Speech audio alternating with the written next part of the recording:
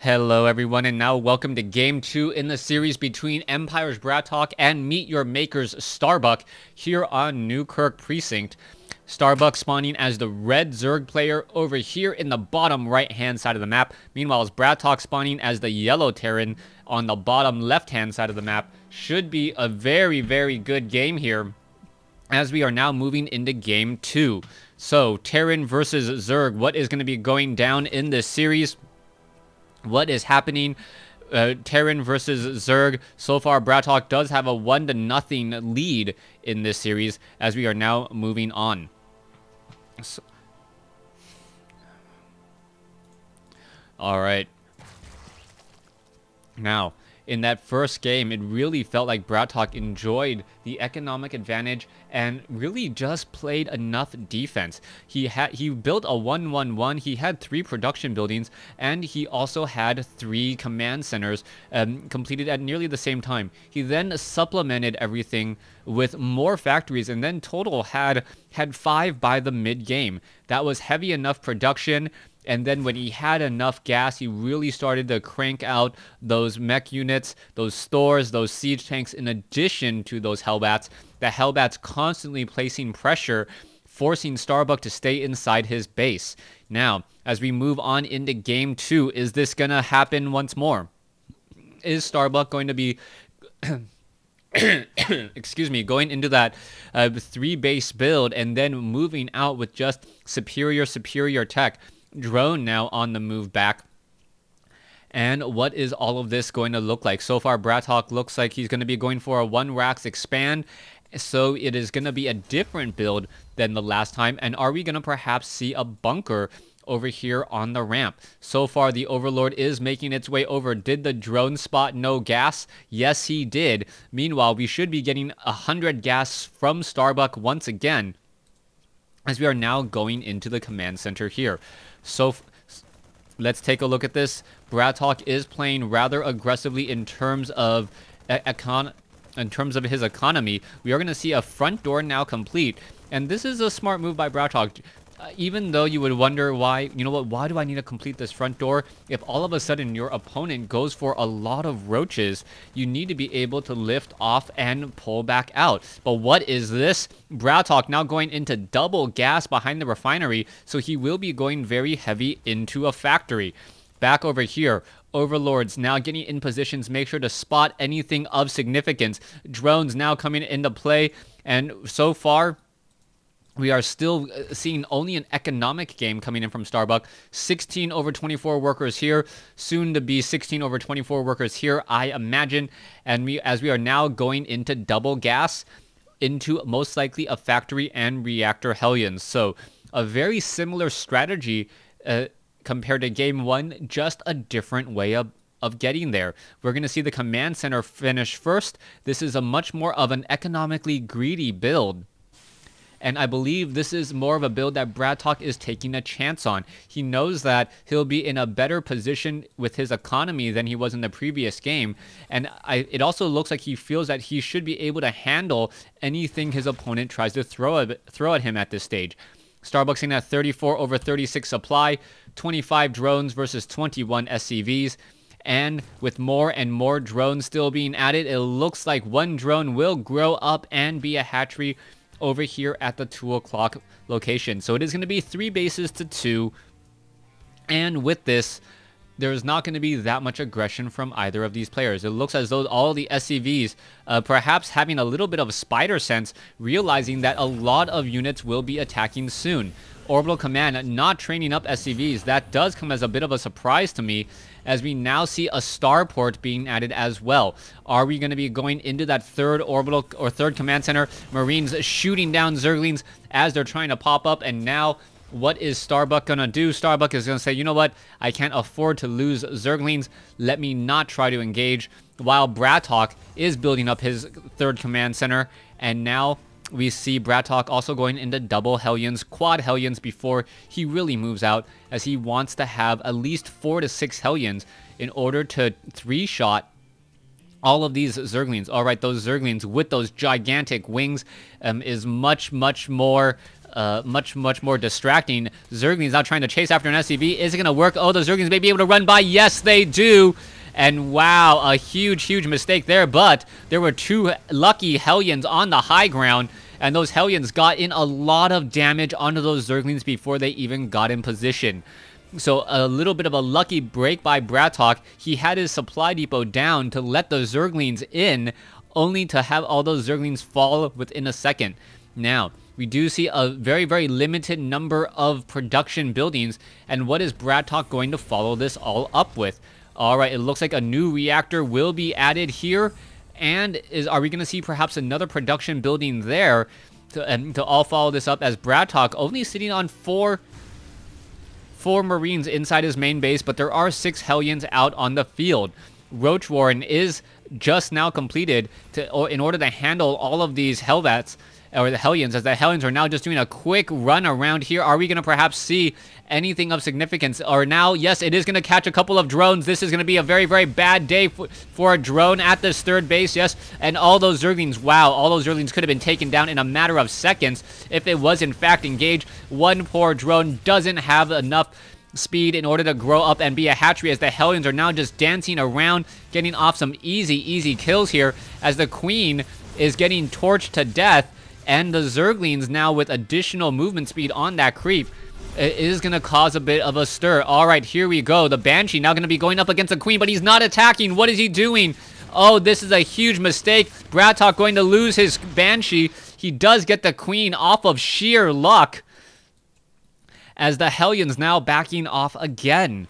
Alright, Starbuck versus Bratok. Let's take a look at what's going down. We are now seeing a much more bio-intensive play here. You can see Banshees still being added. That's where all the gas is currently being used. We are now going to be making a move down here to the 3rd base, as Bratok deciding to switch things up, going with massive bio. Massive bio, Terran bio, so effective. Much more mobile than the Terran mech. The problem is that it is generally weaker overall in terms of how much damage they can take. Here you go. Alright, a Banshee getting in some easy shots here. Alright, those Roaches are not free units, and you're going to see a lot of Roaches getting taken down. Alright, 1 Hellion versus 1 Roach. Alright, the Banshee looking to get in even more shots here. And this Banshee is just going to do a lot of terrible damage to the Zerg. The Roaches are not going to be able to do very much here. And Starbuck actually losing a significant amount of resources there in the early portion of the game. He's now re-macroing back up, going into Zerglings. Are we going to perhaps see Hellbats? We definitely need to see Hellbats, especially when a Zerg player is training up Zerglings. Those Hellbats are so much stronger and so much better at dealing with Zerglings than Marines are, as the Marines tend to get surrounded a bit too much, and their lower hit points does mean that they do get shredded apart rather quickly. Alright, high ground off here. Zerglings still doing laps, as a lone Marine gonna get caught in the middle of the field. Is it gonna get the kill? Yes, it does. 1-1 upgrades compared to 0-0. Normally that Marine would not have survived, as a lone Banshee now going after. Oh, nope, not going to hit that, as the Mutalisk now making its way over. Mutalisk is a very fast moving air unit. It is going to be able to shoot down this Banshee with little to no effort, as the Banshee just tries to fly away. Off over here, you can see the Terran infantry army. Combat shield not yet completed, but 2-2. 2-2 and combat shield will be done in the next minute or so, next 90 seconds. And with that attack, Bratok, and with this composition, Bratok can look to just roll over all of these Zerglings, except for the fact that there are also Banelings in this composition. Alright, Hellions now getting torched down. Starbuck getting in a lot of easy kills here, and Bratok not nearly playing as smoothly as he did in the previous game. 2-2 upgrades, 9 Marines being trained at a time, as we now see missile turrets in position to shoo off all of those Mutalisk. Marines are upgraded 1-1, soon to be 2-2. And if we perhaps even see 3-3 upgrades, those Marines will very efficiently take down Mutalisk, as it is very rare for a Mutalisk or a Zerg player to even get to 3-3 upgrades on air units. Okay, let's take a look. Creep spread, about 50% completed on the map. Starbuck is now expanding to the center location as well. He probably needs it just for gas. And you can see he's only harvesting gas at this base here. And he could perhaps just be going for gas at this base here. If a Zerg player is able to run off of 12 gas, that is definitely a problem. As the Marines, are they going to get the shots off? No, they are not, even though they are 2-2 upgraded. Siege tanks now getting 1-0 upgrades, as all those units are now looking to back away. All right, Mutalists do spot this group of Zerglings. This medevac is going to get shot down. Are they going to be able to do anything? Oh, the medevac pilot now moving very quickly, but only for a limited time. Marines now getting dropped off. All of them get taken down, and there they go. Meanwhile, a strong attack here now in the center. Banelings. Oh, Banelings not finding all of their targets, but a new hatchery will never see the light of day. As there's the cancellation, and oh, one more shot only needed. The drone did get outside of combat range, and now what is going to happen next? Siege tanks rolling off to the north. Are they going to perhaps siege up right here? No, they are not. They're going to simply retreat, as Bratok is still sitting on 3 bases. Meanwhile, we see Starbuck sitting on 5. And with that 5 base to 3 discrepancy, this is going to be huge. The amount of gas that Starbuck is now sitting on, he's going to be able to replenish and rebuild gas-expensive armies rather quickly. Meanwhile, Bratok will really have to rely on his medevacs keeping all of his Marines alive and hoping that a good Baneling doesn't disrupt everything. You can take a look. All of these Marines are currently upgraded at 2-2. Now with 3-3 upgrades coming in, we see 3-3 Zerg upgrades coming in, as well as the adrenal glands, allowing Zerglings to just do a lot of damage here. All right, what's going to be happening? Oh, medevac. Are they going to be able to... Oh, a beautiful play by Bratok, but is it going to be enough? The medevacs now need to start unloading units. No, one medevac gets taken down. And I was going to say that was a smart play, picking up and dropping off on the far side, as the Zerglings are now running back over here to the 3rd base. Siege tanks getting into position. Scanner sweep now up onto the high ground. The siege tanks are there in 3s and able to cover each other pretty well. All right, Mutalists now coming in. This is not a good fight at all. Banelings, however, trying to melt their way through. Bratok in a very, very defensive posture, able to just move all of these Mutalists and Zerglings outside of that range, as the Marines are now going to town, trying to destroy this base here. All right, siege tanks, Banelings, the Ultralists need to absorb some attacks. In order for this attack to work, the Banelings need to follow up and hit all of those Marines. Are they going to be able to hit? It looks as though they may be able to. The medevacs are now there. Ultralists trying to clean up. Only 3 Ultralists left, as the Zerglings are now cleaning up from the bottom side. Is this going to be enough? Yes. We have 15 Marines all grouped together, and now we see an even stronger force coming in from Bratok. Bratok going to snipe down this hatchery, and I do believe the line has been drawn. Bratok going to take this game as well. As the drones are now trying to run away. All right, what's happening next? Drones now getting taken down. Drones on the move back. What is happening here? Siege tanks now trying to come back over here, as well as Ultralists need to clean up. Are they going to be able to do so? Another medevac drop inside the main base, taking down even more units, and Starbuck is not looking good at all.